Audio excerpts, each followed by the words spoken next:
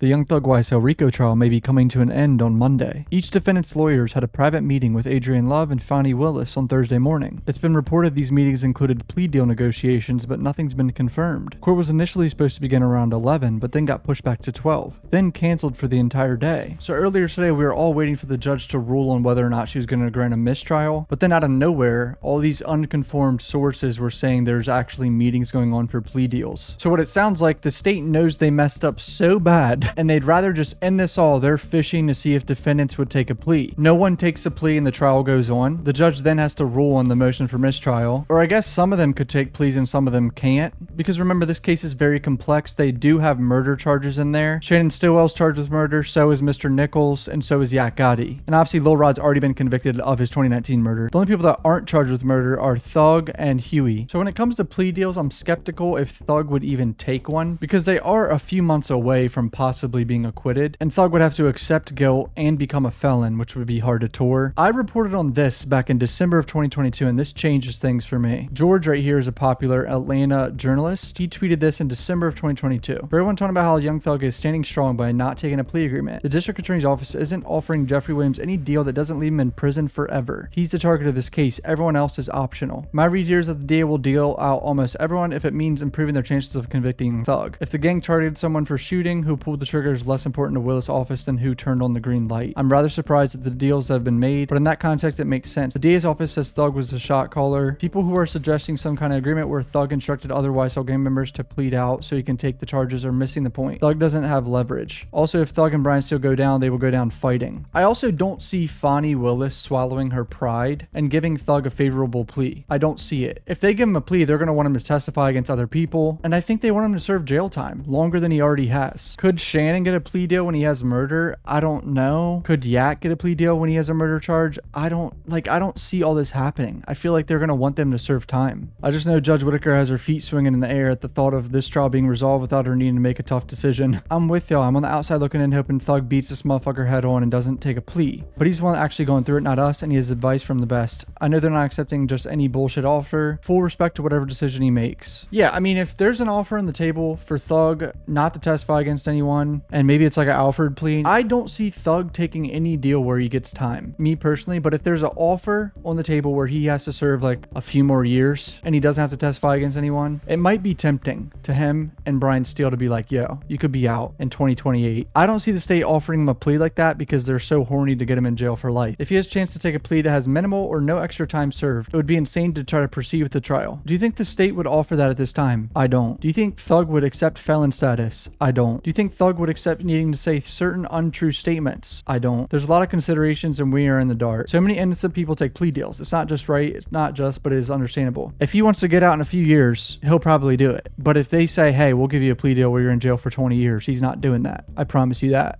He's gonna be like, fuck that. I could be acquitted in 3 months. And even if you do convict me, I could appeal this shit. So let's ask the judge what she wants to do with the mistrial. Fuck this plea deal shit. For someone like him who does mean so much to his community that he came up out of, why is he under attack?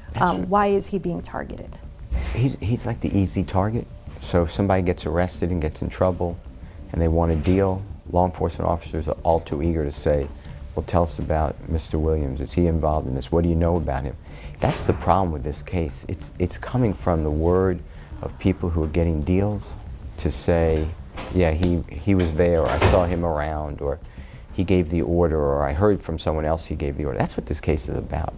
See, that tone that Steele has about plea deals, it is a negative tone. The plea deals are negative for his client, but it makes me think that Thug wouldn't accept a plea deal. I think this all comes down to how long they would want him to be in jail. I doubt they're going to give him a plea where he gets time served. Fuck no. That would be such a L for the state. Fonnie is not going to swallow her pride. The Max Shark tweeted this tease right here with these fist emojis, and he hasn't said anything else today on Twitter. Poor Doug Weinstein has been on vacation and this happens. This was supposed to be my vacation week. I hope that everybody that has been watching this trial, who has been watching the defendants, can appreciate that no matter what some of these guys did in the past, no matter what Diamante Kendrick was convicted for or pled to 9 years ago, that these are human beings.